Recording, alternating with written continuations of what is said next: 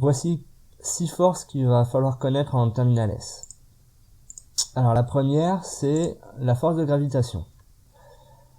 F de A sur B, c'est-à-dire la force qu'exerce le corps A sur le corps B, est égale à GMA fois MB sur D carré UAB. Alors G, c'est une constante, ce qu'on appelle la constante gravitationnelle.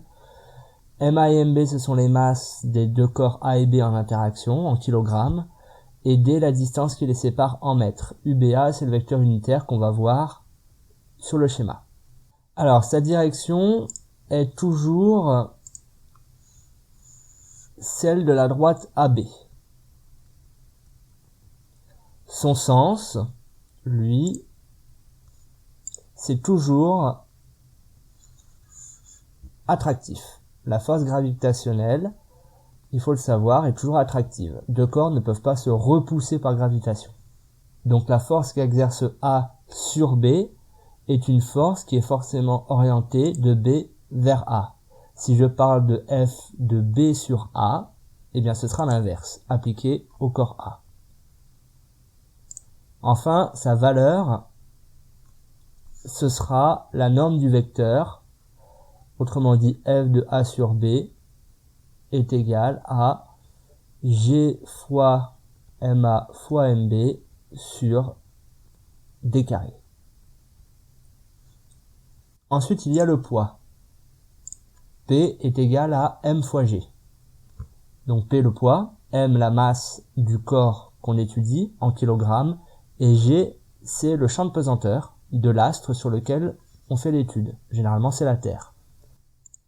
Sa direction est toujours verticale. Et son sens systématiquement vers le bas. Et oui, les corps chutent vers le bas, pas vers le haut. Donc si on représente le sol de cette manière, le champ de pesanteur G qui est toujours vertical vers le bas, eh bien le vecteur poids, P, qui s'applique au centre d'inertie G du solide étudié, sera toujours vertical vers le bas, comme G, puisque comme la formule l'indique, P et G sont collinéaires. Et enfin, sa valeur, ce sera la norme du vecteur, c'est-à-dire P égale M fois G. Ensuite, il y a la force électrique. F de A sur B est égal à K fois QAQB sur D carré UBA. Alors, K, c'est une constante qu'on vous donnera toujours.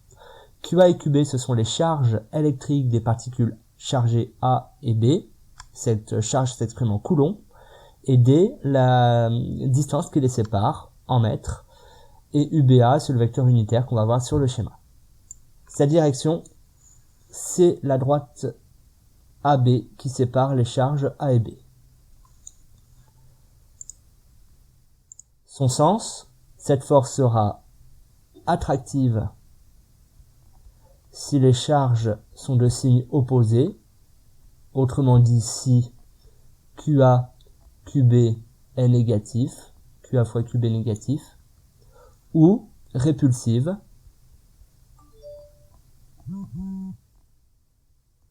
si les charges sont de même signe, autrement dit si QA, QB est positif. Donc là, j'ai représenté la force qu'exerce A sur B dans le cas d'une répulsion, et donc la force qu'exerce B sur A est aussi répulsive et dans le sens opposé.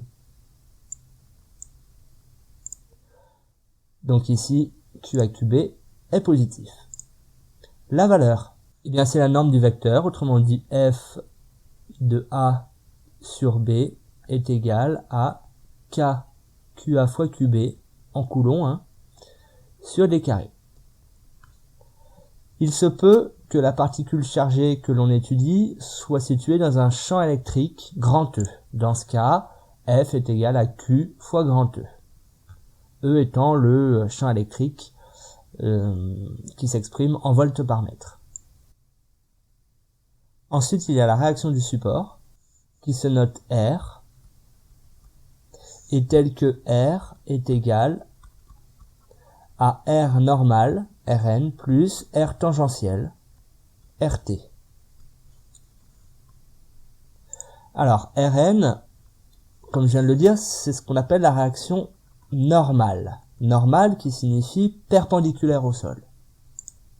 Donc si je représente le sol de manière oblique, comme ça, et que je représente un solide rectangulaire qui glisse sur cette pente, dans le sens gauche vers droite, comme l'indique la flèche, alors la réaction du support est perpendiculaire au déplacement, donc au sol, et se représente vers le haut. RT, c'est la réaction qu'on appelle tangentielle. C'est la réaction qui est liée au frottement. Alors, RT, du coup, est tangentielle au mouvement, donc sur la même direction que la pente ici, mais dans le sens opposé au mouvement, puisque les frottements s'opposent toujours au mouvement. Et donc la réaction du support globale, grand R, c'est la somme vectorielle des deux. Ensuite, il y a la poussée d'Archimède, qu'on note généralement pi, ou PA, ça dépend, a pour expression pi égale ρ fois V fois G. Alors, ρ, c'est la masse volumique du fluide dans lequel se trouve le solide. V, c'est le volume de fluide déplacé par le solide qui est immergé dans ce fluide. Et G, c'est le champ de pesanteur. Alors, sa direction est toujours verticale, comme le poids. Donc si on représente la surface de l'eau, et le corps qui ici sera sphérique, immergé à l'intérieur de l'eau, j'ai le champ de pesanteur, alors la poussée d'Archimède pi est verticale, et son sens sera toujours vers le haut.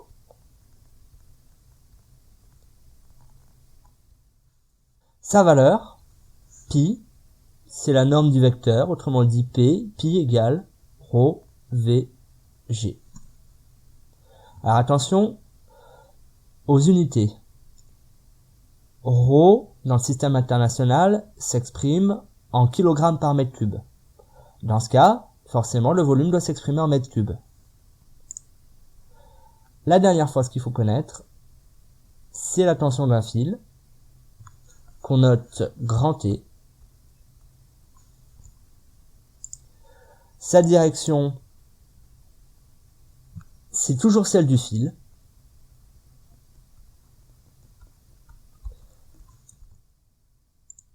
Son sens, toujours vers l'attache du fil. Donc là, si je représente le plafond d'une salle, un objet suspendu au plafond, une lampe par exemple, attachée par un fil, eh bien, la tension du fil se représente par un vecteur qui part du point d'attache, dont la direction est celle du fil, et le sens vers l'attache du fil qui se trouve ici. L'attache au support, bien sûr. Il n'y a pas de formule pour calculer la tension d'un fil. Cette tension va dépendre évidemment du poids de l'objet, éventuellement d'autres forces qui s'appliqueraient à l'objet.